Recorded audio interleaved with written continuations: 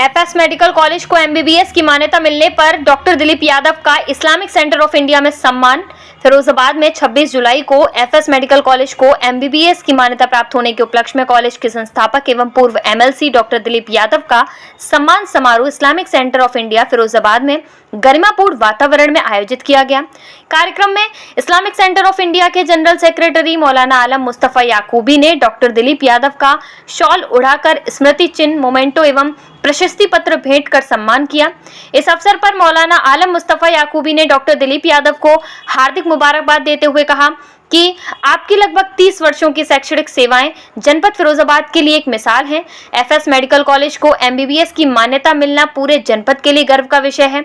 इससे जिले एवं आसपास के क्षेत्रों के विद्यार्थियों को गुणवत्तापूर्ण चिकित्सा शिक्षा प्राप्त होगी तथा आम जनता को बेहतर स्वास्थ्य सुविधाओं का लाभ मिलेगा। कहा, हम आपको इस ऐतिहासिक उपलब्धि पर दिली मुबारकबाद पेश करते हैं और आपके उज्जवल भविष्य की कामना करते हैं। सम्मान ग्रहण करने के पश्चात डॉक्टर दिलीप यादव ने इस्लामिक सेंटर ऑफ इंडिया द्वारा आयोजित इस सम्मान समारोह के लिए आभार व्यक्त करते हुए कहा कि यह सम्मान उनके लिए प्रेरणा का स्रोत है। उन्होंने इस्लामिक सेंटर ऑफ इंडिया की इस सराहनीय पहल की प्रशंसा की तथा मौलाना आलम मुस्तफा याकूबी एवं संस्था के सभी पदाधिकारियों का धन्यवाद ज्ञापित किया। समारोह में उपस्थित गणमान्य नागरिकों, शिक्षाविदों एवं समाज सेवियों ने भी डॉक्टर दिलीप यादव की उनकी इस महत्वपूर्ण उपलब्धि पर शुभकामनाएं देते हुए उनके स्वस्थ एवं सफल भविष्य की कामना की। इस अवसर पर उजार खान ने संचालन किया एवं राजू जर्रार, असलम अदीब आदि कई लोग उपस्थित रहे। हम छोटे भाइयों की हौसला अफजाई करते रहे ताकि हम लोग अच्छा सा करने की कोशिश करते रहे। बहुत शुक्रिया। कभी किसी ने कहा था कि खुदा नसीब करे तुमको इस कदर शोहरत जी। अच्छा वो याकूब साहब और दिलीप यादव साहब नजर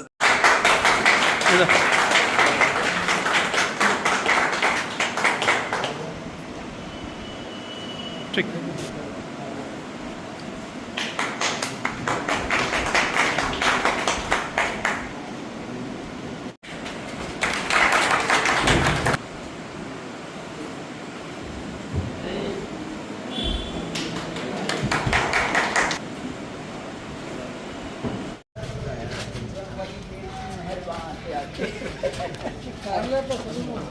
व्यवस्था और मैंने कहा कि सर कभी ऐसा हुआ ही नहीं।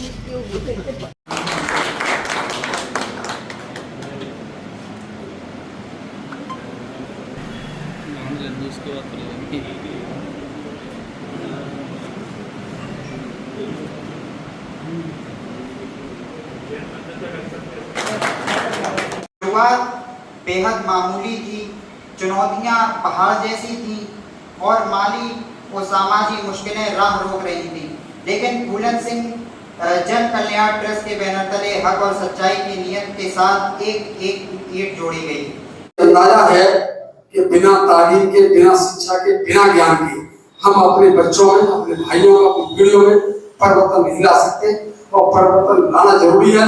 और जिस दिन हम आप सब कामयाब हो गए तो तहसील और कचहरी और जेल और अस्पताल की संख्या केवल 25% है। केवल 4 अस्पताल की जरूरत है, जेल में 25% रहेंगे।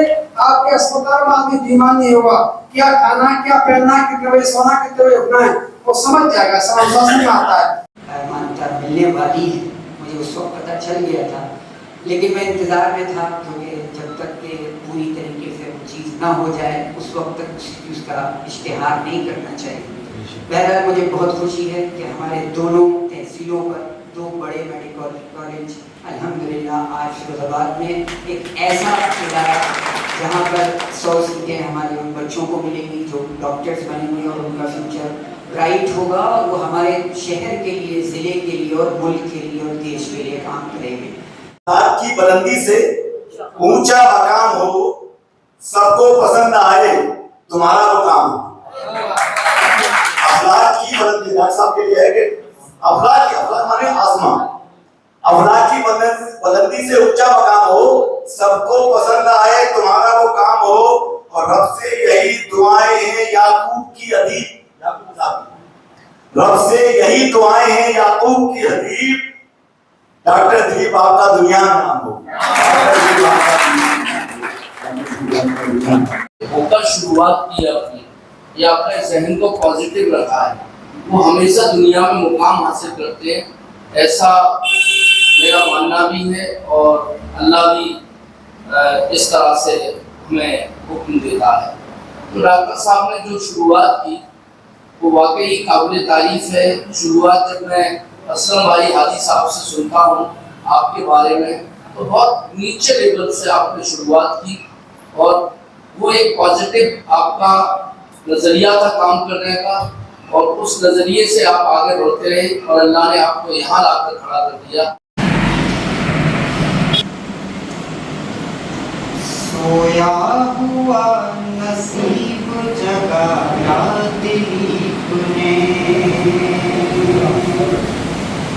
सोया हुआ नसीब जगाया दिलीप ने,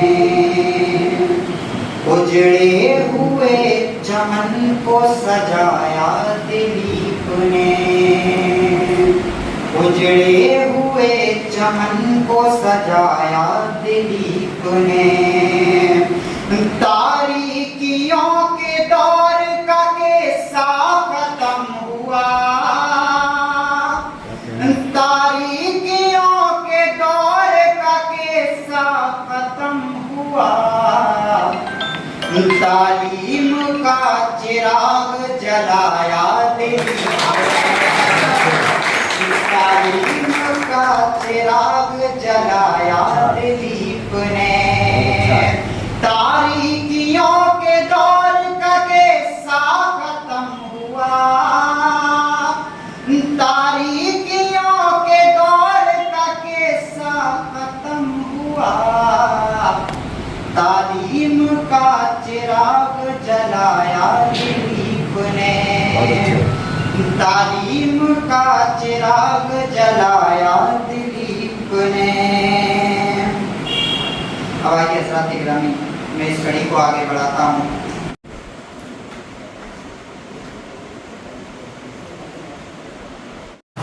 एफएस को आज मेडिकल कॉलेज की मान्यता मिली है, जिसके चलते इस्लामिक सेंटर में आपका सम्मान समारोह हो गया, क्या कहेंगे? मैं बधाई देना चाहूँगा इस्लामिक सेंटर में याकूबी साहब को, इनके सहयोगी लोगों को। हमारे डॉक्टर जफर साहब भी हैं, राहुल जर्रार जी हैं, कैन भाई पार्षद जी हैं, हमारी कवि महोदय जी हैं और असलम भाई हैं। इनने आज मुझे बुलाया इस इस्लामिक सेंटर पर, मेरा स्वागत सम्मान किया और सबकी प्रेरणा से, सबके प्रयास से हम लोग एफएस यूनिवर्सिटी में एमबीबीएस लाने में कामयाब रहे और इसका इंस्पेक्शन हुआ बाकायदा, पूरी तरह से हम लोगों ने अच्छा इंस्पेक्शन कराया। और फिरोजाबाद के लिए गौरव की बात है, फिरोजाबाद में 2 मेडिकल कॉलेज पहले से थे, गवर्नमेंट का था, एक प्राइवेट था, ये तीसरा मेडिकल कॉलेज स्थापित हुआ है। यहाँ के बच्चों को, नौजवान पीढ़ी को इसका लाभ मिलेगा और पढ़ने के लिए प्रेरित होंगे और मोटिवेशन होगा और जागरूक भी होंगे। और यही हम चाहते हैं कि तालीम और शिक्षा एक अच्छी गुणवत्ता की क्वालिटी की मिले। क्वालिटी की एजुकेशन मिलने से हमारे बच्चों में सुधार आएगा और फिरोजाबाद में मुझे लगता है वैसे ही काफ़ी लोग जागरूक हैं पढ़ने के लिए और पढ़ाने के लिए, और उसमें गति पैदा होगी। इसीलिए मैं सबके सहयोग के लिए बहुत बहुत धन्यवाद और बधाई देता हूँ। ख़ास तौर से याकूबी साहब ने हमें यहाँ बुलाया, उन्हें स्वागत सम्मान किया और ऊपर वाली कृपा से हम ये भी चाहेंगे यहाँ के बच्चे पढ़ें और लाभ लें और अपना व्यक्तित्व का विकास करें और फिरोजाबाद की पीढ़ी को आगे बढ़ने के लिए करें। देखिए सभा की क्या प्रतिक्रिया रही है मजबूत तरीके से? नहीं, ये तो पार्टी लाइन का अपने होगा, वो प्रवक्ता जी बोलते हैं, लेकिन मैं इतना जरूर कहना चाहूँगा कि शिक्षा के क्षेत्र में अन्य देशों में, इस देश के अलावा सबसे ज़्यादा फंड रिलीज होता है। जब भी उनका ये पास होता है तो उसमें सबसे ज़्यादा शिक्षा को ऊपर रखा जाता है। वो इसीलिए शिक्षा बेहतर होगी तो हमारा देश बेहतर होगा। हमारे देश का दुर्भाग्य है, बजट में हमारे शिक्षा के लिए कोई विशेष स्थान नहीं दिया जाता। तो शिक्षा में या कोई अन्य क्षेत्र में कोई भी भवन बनाए, उसका ये नियम है, यदि हमने गलत बनाया है तो उसका नोटिस दें और नोटिस दे करके हमसे जवाब लें। फिर भी जवाब से संतुष्ट न हो तो उस पर पेनल्टी लगाएं।